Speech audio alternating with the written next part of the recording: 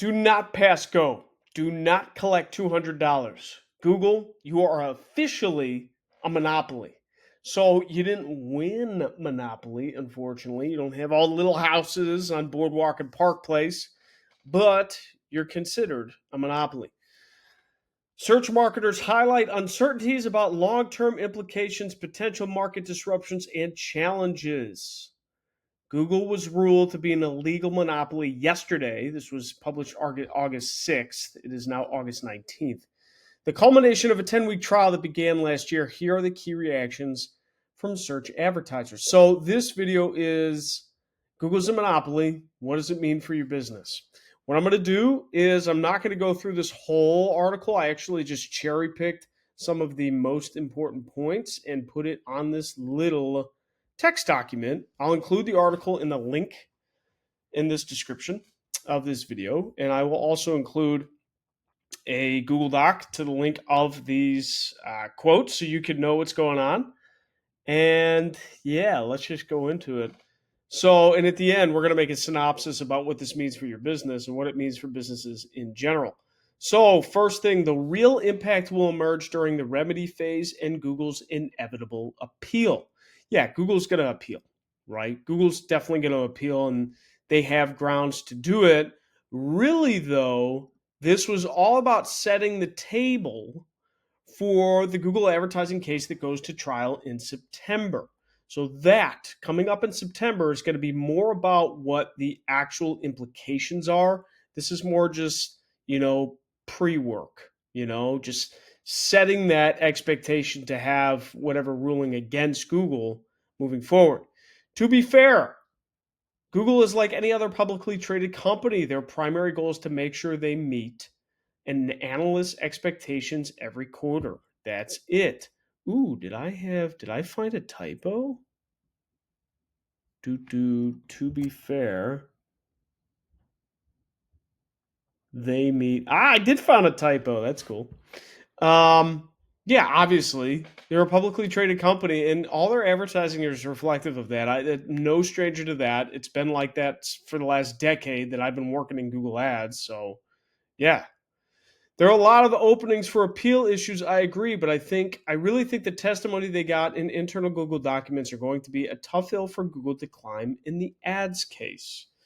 So the ads in September, we're really going to find out what happens to ads, and that's really what's going to tell us about advertising and more about what it means for the business. But overall, I'm very positive because Google is a monopoly. I agree, and I've made a lot of money in my lifetime off Google. But you know, it doesn't placate into things that can benefit us, because when you become a monopoly, your product may be so good that you just don't need to provide any service. And Google hasn't been providing adequate support service for years because they're so big they don't have to.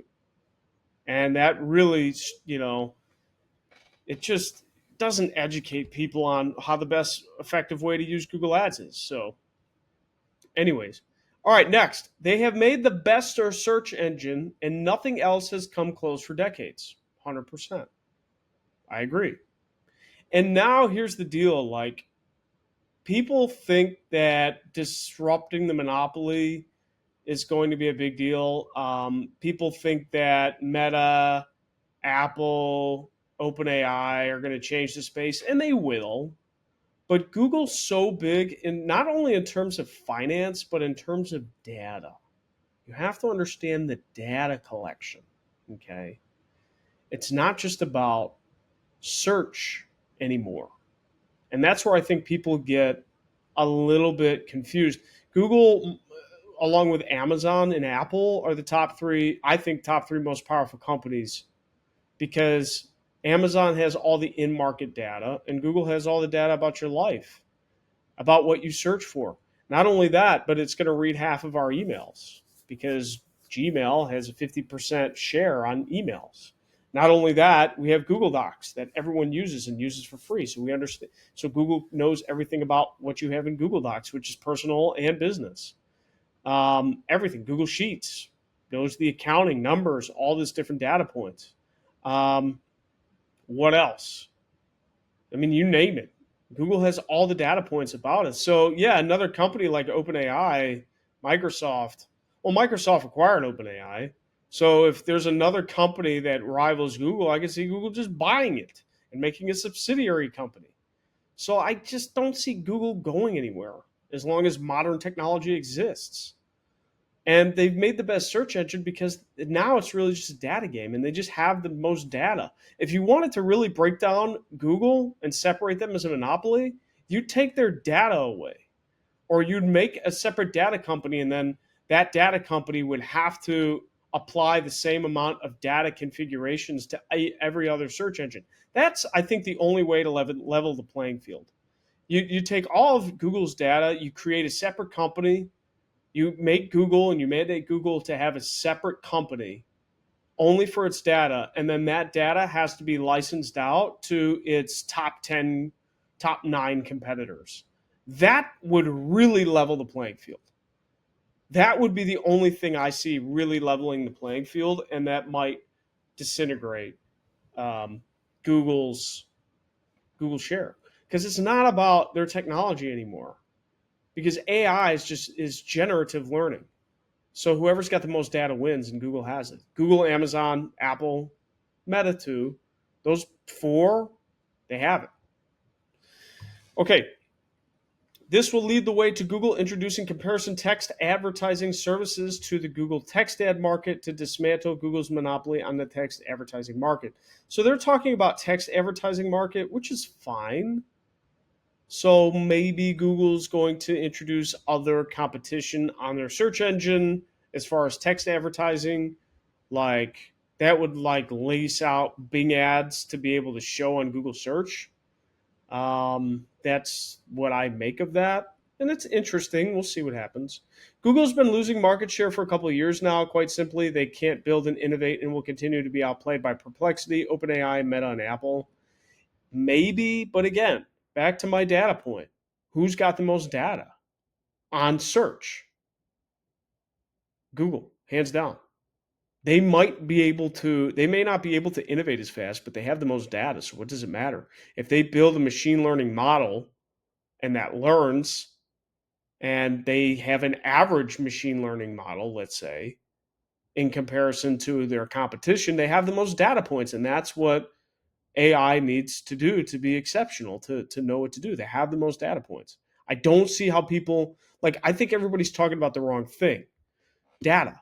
They have the most amount of data on everybody. Separate Google's data company, separate Google's data from all of their stuff and make Google license out their data to their competition. Then you're going to have a more even playing field, in my opinion. Plus, Google's just got so much freaking money. Oh, yeah, they also have YouTube, the second biggest search engine in the world, actually. I don't know. I'm disappointed in the US for not being able to make the case that search advertising is a market. I understand there's another case in September, but the ruling makes it clear that information just wasn't presented. Interesting.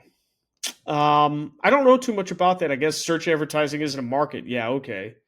Which is dumb. How much is spent in search advertising each year? $99 billion in 2022. What old fuddy duddy, seriously, like what old fuddy duddy ruled that it's not a market when $99 billion was spent on search ad spend? I mean, that's crazy. 2023 US search ad revenues reached a record 88 billion, up by 4.4 billion. So I don't know why this says 99 billion in 2022, but there's many billions in there. That's a market. What fuddy duddy ruled against that? Oh, it's not a market because it doesn't read certain conditions. Dude, time to retire, man. All right, as the ruling stated, search text ads are a monopoly, but search advertising was not. PMAX gives Google that cover it needs to still have some search without running afoul of the search text ads monopoly rules.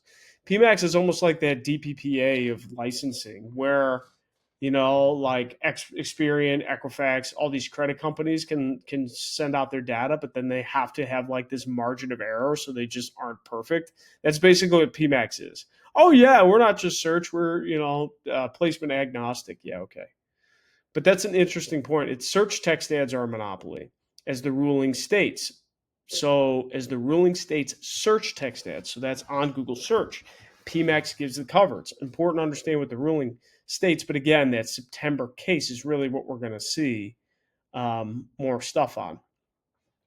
Our point of views are all very US focused. Isn't the ruling very aligned with the EU ruling from a few years ago that mandated search engine choice? Essentially, why Google was like penalized for this is because they were paying major players like Apple um, money to be the exclusive default search engine in their devices. This is good market. I mean, that's good business sense. They just had more money to outbuy the competition. They spent billions and billions and billions of dollars to Apple to say, hey, Google needs to be the default search engine. It was smart, you know? My question is, what is a meaningful penalty? You can't break up Google like the bells. See, that's where I think the data segmentation, that would actually be, it's not necessarily a solution to this ruling because search text ads are a monopoly, but it's more of a solution to Google being a powerhouse in the search space. So that's what I think. I also think it's quite disingenuous to target the distribution agreements with if the Google is so great, why are they paying? The answer is because this is a competitive market and others could pay too. Yeah. Google's just Google's just the one on point, on the proverbial cross right now. So, guys, Google's a monopoly. Would love to know your comments. What do you think is going to happen? I've already stated what I think is going to happen. Let me know.